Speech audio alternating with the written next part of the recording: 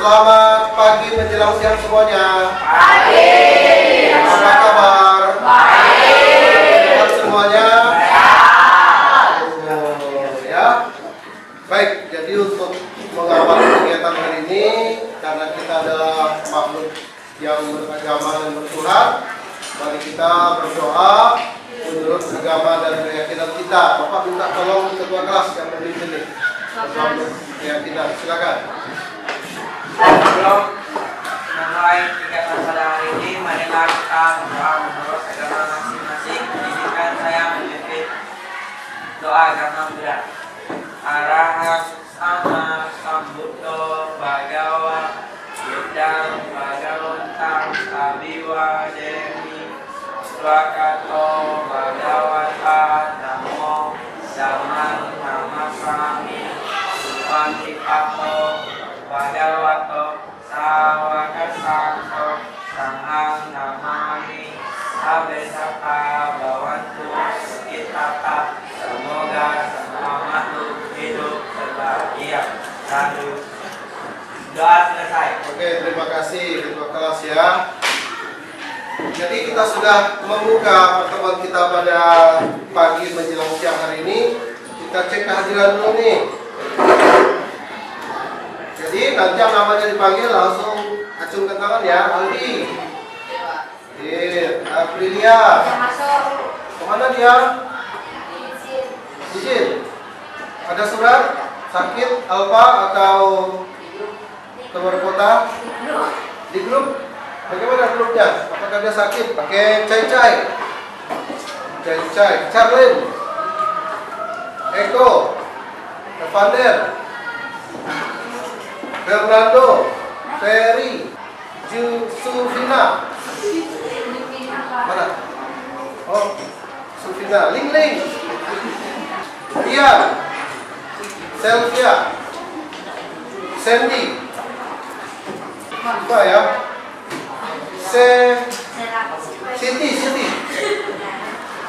Siti Fatimah, Stefan Gerak, Suli, nggak masuk ya, makanya dia di luar tadi. Kemudian Chong Xiaoyan, oke, Utin, Rista, Valencia, Veronica, Vicky, Vincent, dan Lydia. Oke, terima kasih. Jadi hari ini terdata tidak ada 3 orang ya. Kita lanjut.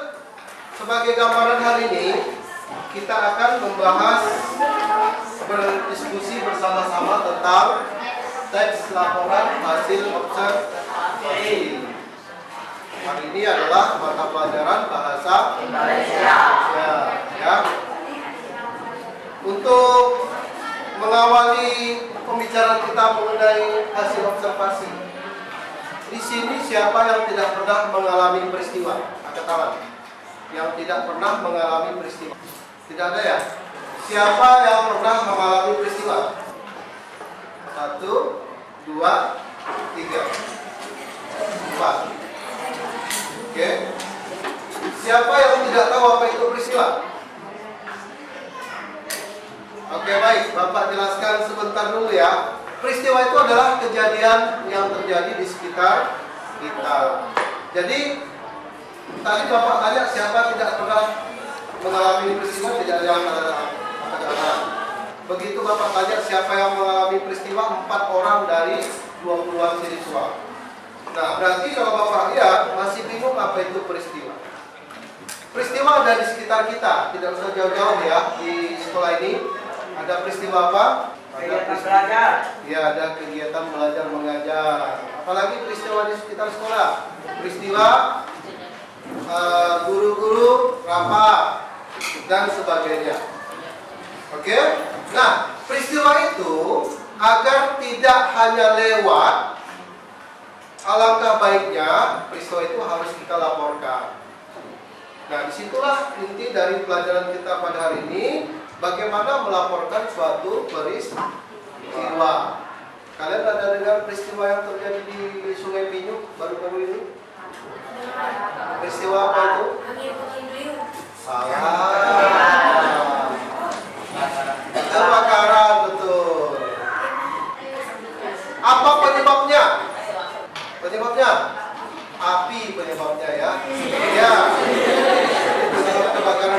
adalah api. Tujuan pembelajaran kita di situ ada, lihat bersama-sama. Melalui model pembelajaran kooperatif, nanti kita ini adalah model pembelajaran kooperatif, artinya kita bekerja di dalam kelompok. Peserta didik mampu memahami pengertian dan ciri-ciri teks, kita singkat LHO ya. Peserta didik kalian itu akan diajarkan untuk memahami pengertian dan ciri-ciri teks laporan hasil observasi. Yang kedua, melalui model pembelajaran kooperatif, peserta didik mampu mengidentifikasi informasi di dalam teks laporan hasil observasi yang dibaca dengan tepat. Nah, sebelum kita masuk ke kegiatan inti, ada yang mau ditanyakan dulu?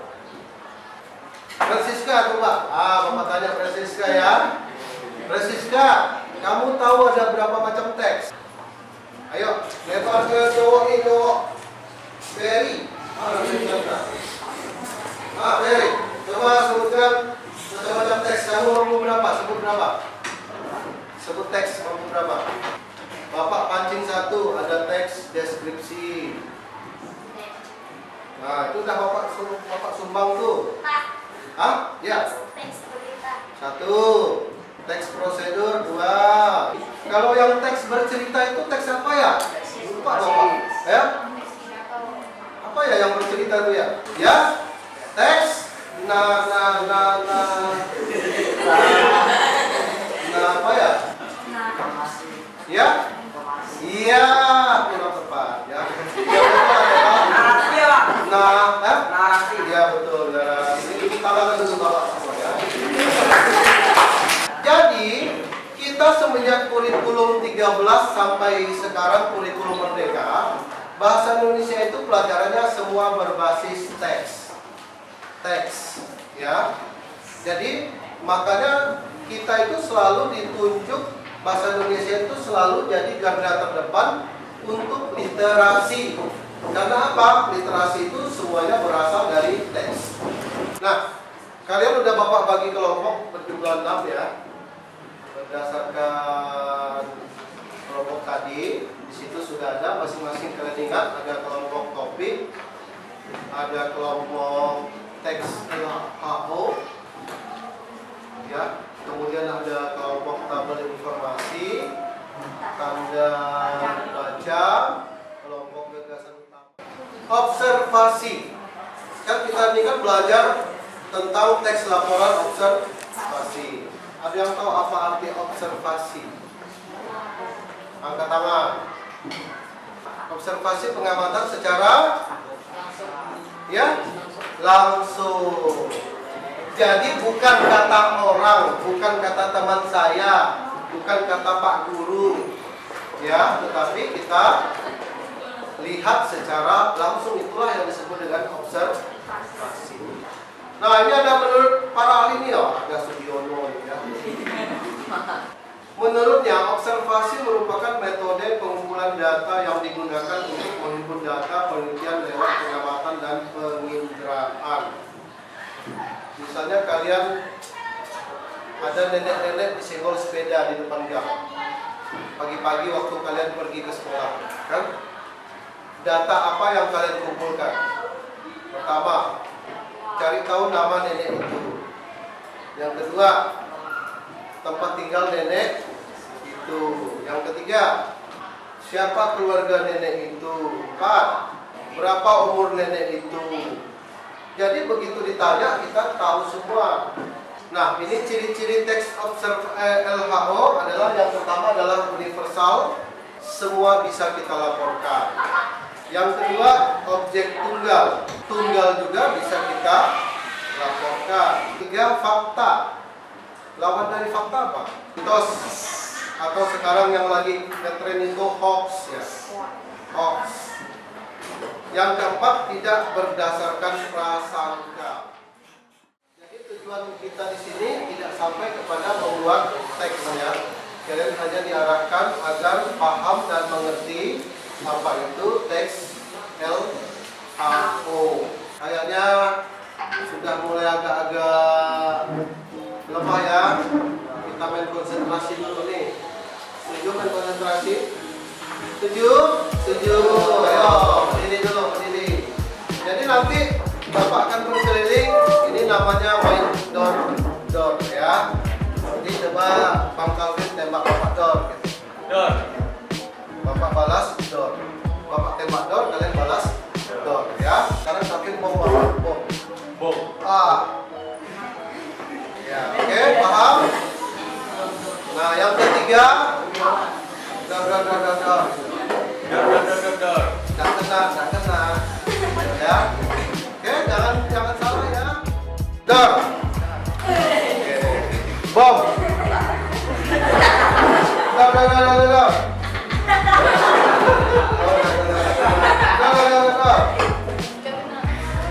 Door. Oke. Bom.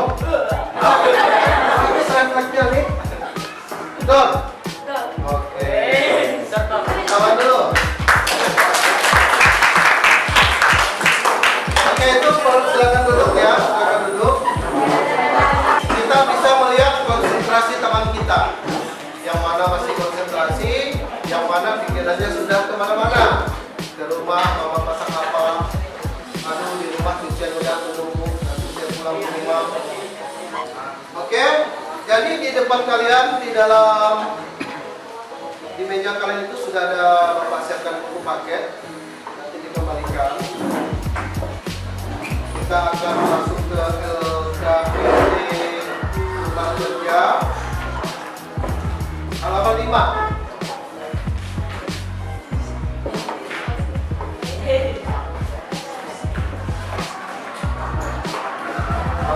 Mengamati gambar itu, kalian isi yaitu anak sekolah, pegawai kantor, dan masyarakat umumnya. Jika ada, cetak ada. Yang kedua, seorang peserta didik berseragam SMP berdiri tepat di belakang sopir. Ada yang tahu apa itu disabilitas? Cacat.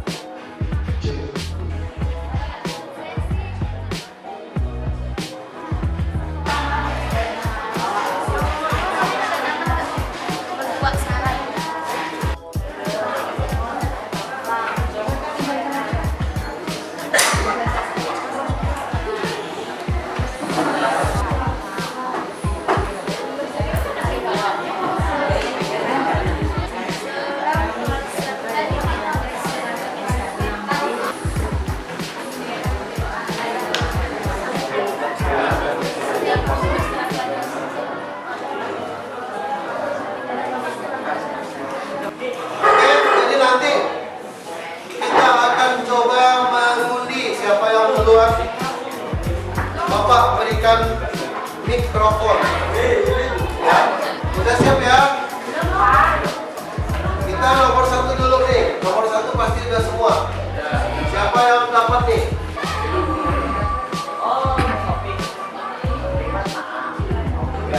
Oke, tanda baca. Silakan tanda baca sampai depan. Satu orang saja. Satu orang.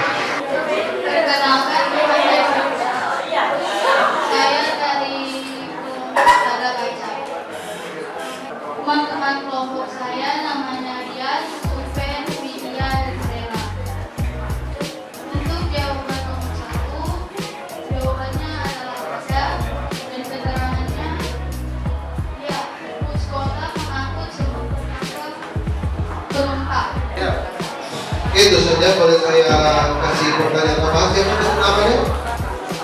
Namanya Siva. Oke, Siva jangan dulu ya.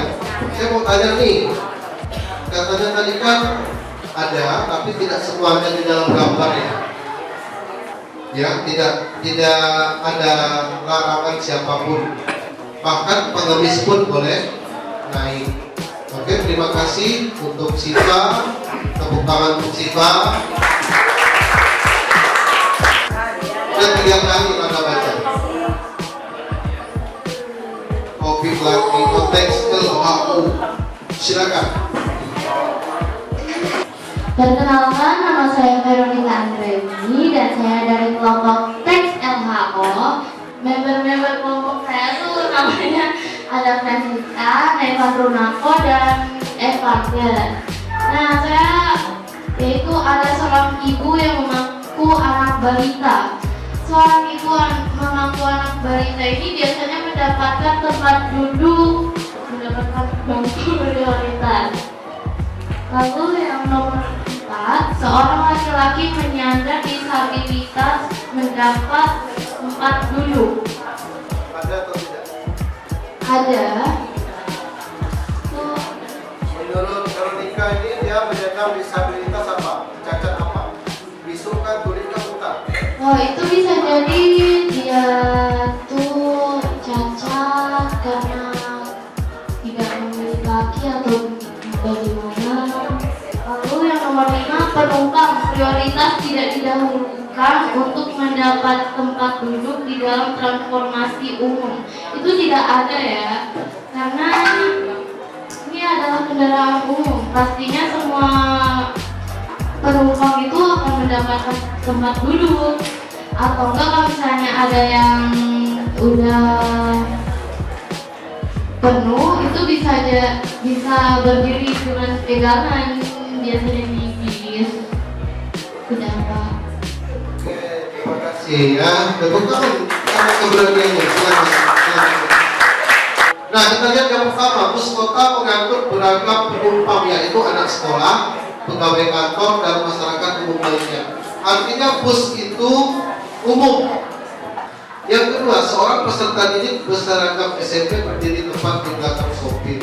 Bilang saja tidak ada, karena memang tidak ada di dalam gambar. Ada nggak anak yang berseragam? Tidak ada kan? Ya, tidak ada, karena memang tidak ada di gambar. Yang tadi kelompok topik takutkan untuk tampil itu ya. Ada seorang ibu yang memangku anak balita. Balita itu bawah 5 tahun. Ada ini. Yang terakhir, penumpang prioritas tidak didahulukan untuk mendapat tempat duduk di dalam transportasi. Itu tidak ada. Artinya prioritas itu selalu mendapatkan tempat duduk. Oke, jadi dalam pembelajaran kita hari ini, kita langsung belajar tentang etika. Oke. Yang terakhir, kita refleksi saja. Refleksi ini nanti kalian bisa lihat di dalam buku. Ini ada kata-kata, jelajah kata ya. Penumpang prioritas, penumpang yang didahulukan untuk mendapat tempat duduk, seperti orang lanjut usia atau disingkat lansia, difabel atau orang cacat, orang sakit, perempuan hamil, dan perempuan yang membawa anak balita. Yang kedua, difabel, sebutan lain bagi penyandang cacat. Ya, yang ketiga, penyandang disabilitas, sebutan lain bagi penyandang cacat. Handle grip, gantungan pegangan tangan di bus kota. Kemudian balita, singkatan dari bawah 5 tahun. Kruk itu tongkat atau alat bantu berjalan untuk orang dengan keterbatasan fisik. Kruk. Jadi pesan Bapak, rajin-rajin membaca. Di sini ada tugas, nanti kalian isi saja, berdiskusi. Kendaraan umum yang pernah ditumpangi, kalau tidak ada, tidak usah diisi. Terakhir, satu kelompok mendapat 1. Dari mana Pak Jai? Kamu kan ada di sini.